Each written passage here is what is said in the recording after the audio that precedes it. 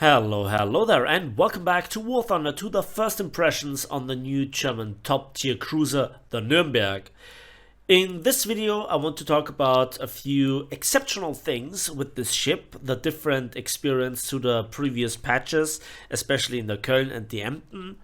I have some gameplay for you, in particular a very nice battle at the end that I'm very proud that I can show it to you. And yeah, I think let's begin with talking through the experience in the Emden and the Köln. Those ships were really great at dealing with enemy destroyers and cruisers. They could tank insane amounts of damage. And the Nürnberg, while being a different class than the Köln, is very much related to it, featuring the same main guns. A trade-off is that we have lost half the torpedoes, but therefore we gained a not insignificant portion of anti-aircraft firepower, especially in the low caliber department, which also is beneficial in anti-patrol boat, well, purposes, I guess. Let's talk about the bad parts. First of all, still 26,000 civil lines repair cost, whereas with the Brooklyn and also, as you can see with the Kirov, 7.2 thousand civil lines repair cost. With the Nürnberg, you're still sitting at 26,000. Oh boy, not good, not good. But it wouldn't be Gaijin if we couldn't continue with the broken part. The front turret, yes, that thing, where you wouldn't expect any sort of trouble. Gaijin has managed that if you fire to the left from this angle to roughly this angle, where basically the firing arcs for the front turrets end, the gun elevation is non-existent. So you fire with flat trajectory right into the ocean. So a third of your firepower is compromised if you spawn at the wrong position, on the wrong map, on the wrong side, and turn to the wrong side.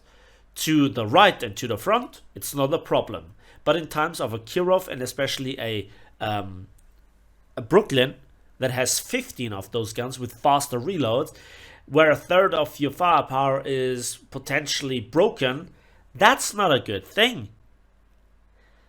Yeah, so in essence the guns are the same, precise, good mass velocity, good shells, etc. I think let's hop into some gameplay and let's see what is what. Let's begin with a respawn, and a respawn in the Köln. So this is not a Köln, but it happened to me as well in the Nürnberg, but I didn't record it, so yeah. And now you can see it. Watch the bottom left corner. AP coming in. So the middle of my ship got damaged, and now it gets, in a chain reaction, completely destroyed. My crew is knocked out, and it counts as an ammunition load exploded. This is now in 2 salvos being destroyed by an Emden with a directly non-critical hit.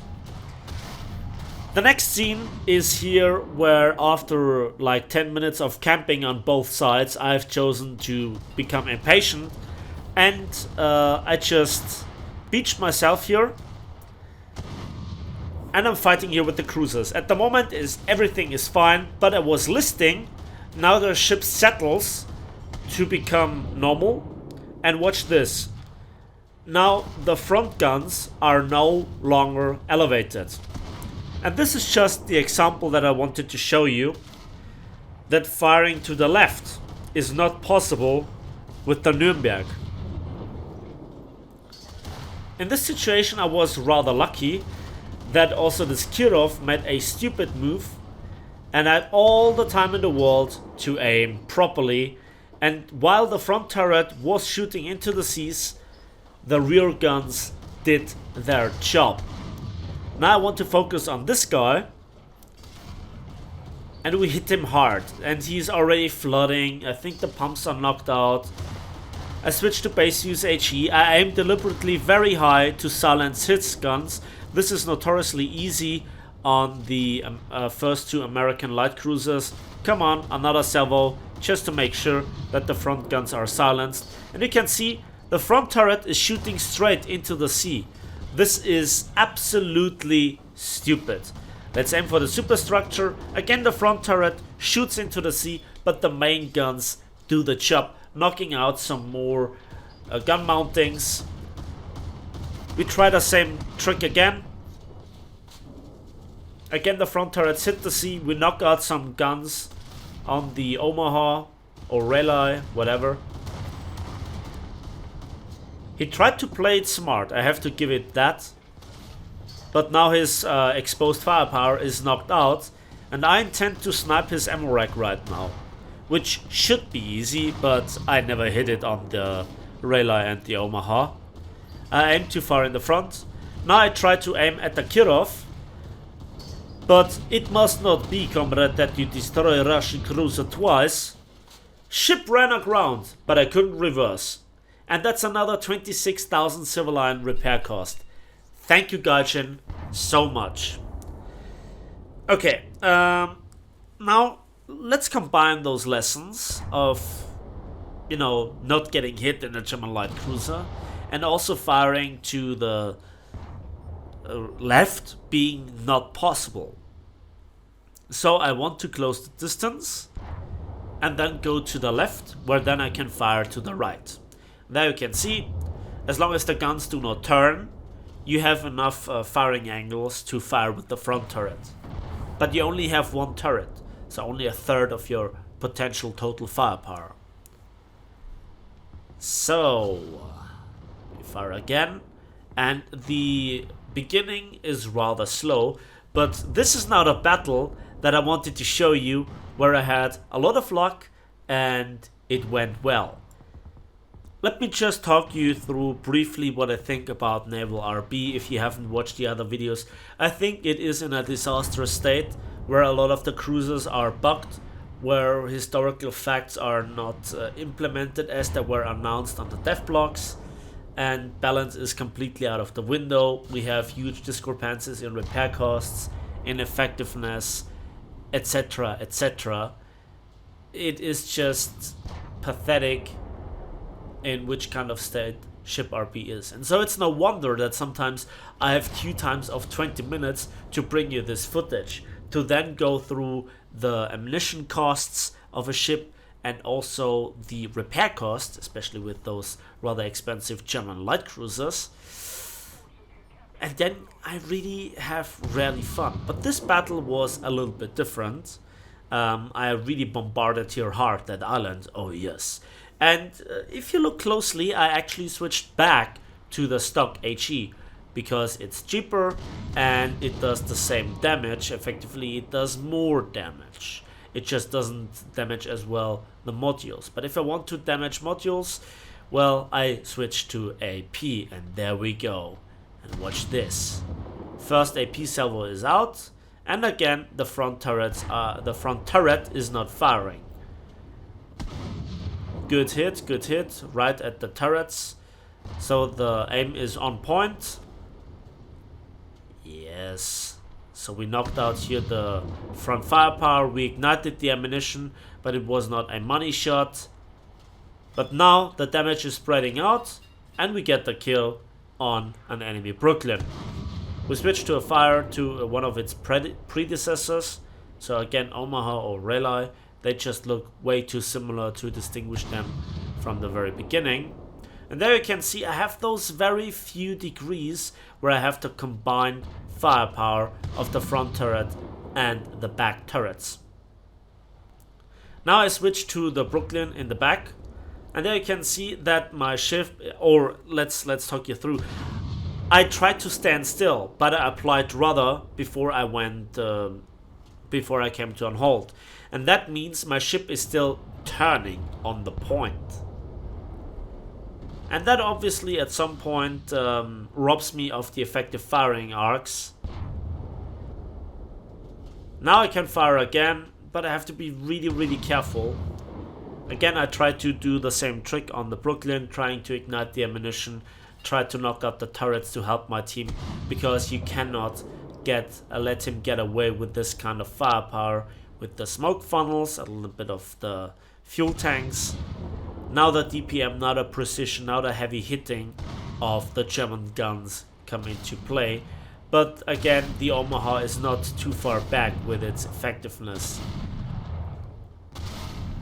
And again, the damage is spreading out, and we got another Brooklyn. We hit the ammo rack this time. Okay, so now I try to reverse, and let's see if we can deal with this light cruiser.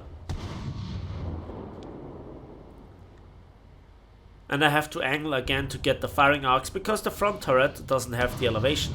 It still fires, it still costs me ammunition cost, etc. But the shells just dip into the sea. This is highly annoying. And I don't know how this can go through any sort of quality control. Again, I doubt that it ever existed at Gaijin headquarters. But for the vague chance that somebody is watching those videos, this is just really dumb. I mean, just show this to any sort of YouTuber that plays another game and tries to cover this game or this part of the game as well. Yeah, I just can't recommend ships at this point to anybody. I'm hitting the back bar beds and the front ammo rack explodes. I hope that this is down to somebody else hitting the front ammo rack and not just a bug where I hit the back and yeah, I don't know. Down to 14% crew. Another AP salvo coming in, this time a bit more to the front, 9%, come on. And I switch finally to HE to probably farm the rest of the crew on deck. But I get here the fuel tanks and the rest of the crew with this salvo. And still I cannot elevate the front turret. Look at how long it takes me to rotate the ship to get the firing arcs. And then again, if I finally have the firing angles, I try to stop the ship, but then there is still some movement, some momentum within the ship, and that turn then would bring me out of the firing arcs rather quickly. So that is really not that great. I'm sorry that I have to give all those negative comments, but if you would play the ships yourself, if you're just watching it because you're interested in are those ships worth it? Are those ships worth the research, the grind, the pain, the effort? Then prepare for this, okay? And this was the only lucky battle that I had. Very interesting will also the results, or the results will be very interesting. Do some proper English, comrade. Okay, so now we are back at the firing arcs. All 9 guns fire right now at those few degrees where we have the right overlaps that are so difficult to maintain. Come on, hit the bastard, and we straddle him. So the aim is on point, and now the damage comes in. Okay, that's good. Now I try to just hold the position and just farm this enemy cruiser.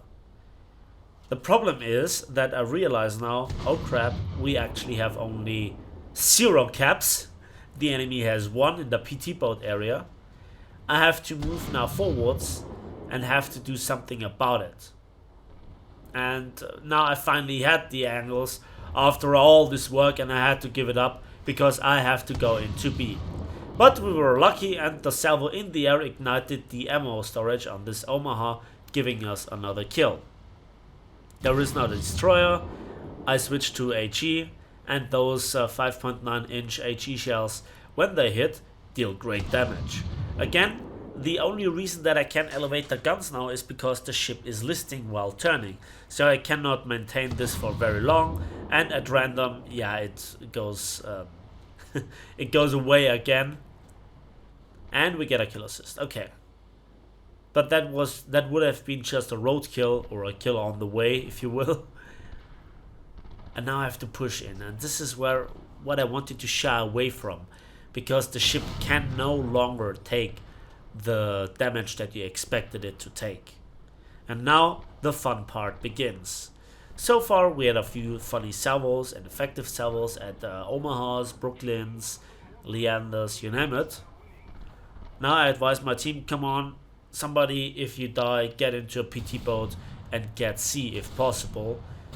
I'm not so far away from B, but at the moment I really doubt that I can make it into B in time, but I still have to try. Meanwhile, I shoot everything that I can shoot when the firing arcs are there, but I have now to turn in. Oh, hello there. There is now another British cruiser. HE is out, hitting the back of it, and oof, that's a lot of damage. We switch to AP. And there you can see to the starboard side or to the right, you have no problems with those guns, and those are the firing angles that are there when you're also in the test drive. So I skillfully dodge here this torpedo. Come on, make it into B, make it into B. The buoys are already there. I'm checking the points. Can I make it? They're rapidly running down at the moment. Now I can turn broadside again or angle the ship and bring all guns to bear on the Krasny Krim. We take out some main caliber guns, which is always great. Reduced fire income. There you can see again the precision of the shells. And we deal more and more damage while capping. And can we make it? So finally A gets captured. And I now stop the ticket bleed. Good stuff right there. Now let's kill this Russian cruiser with the combined forces of all three turrets. And we just knock out the propulsion, more gun emplacements, torpedo tubes. We switch to HE, and that's the deal breaker. I have no idea what I hit with those HE shells, but I'm fine with this. Okay, the Emden and behind it the cruiser are locked on this enemy destroyer behind the Emden, which is the cruiser. Can we destroy him before he can deal damage to us? Switching back to HE. Come on. Okay, he slows down because I hit the propulsion or the funnel. And yep, we deal a lot of damage. Let's ammo at the back of the ship. Even more damage. Let's saturate the bow as well. Only one turret fires, but that's good enough. Only 2% crew. Come on. Yes, good stuff right there. Now let's deal with the Emden. Let's aim high again to destroy some of the gun emplacements, hopefully, if I aim correctly here. But the HE shells go all wide. I have to focus here on the destroyer, so reduce that DPM kind of effect. It will take quite a while to destroy the cruisers, but so many HE shells coming at the ammunition storage of Russian destroyers, that's highly effective. We aim high, and this time we get a lot of guns. Good stuff, good stuff. So the incoming damage is now reduced. I try to now focus on the ammo rack. Good hits are coming in. And now I must not die. I must not give the enemy team any sort of points. Come on. Let's kill this guy. Let's flood him with damage, with flooding, with fire. I want this ammo rack, and the German AP is strong enough to punch through the turtleback even of the Emden. He actually over angles.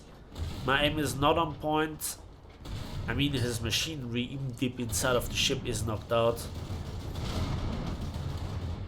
And again, I want to knock out here the gun emplacements because now I think they have repaired.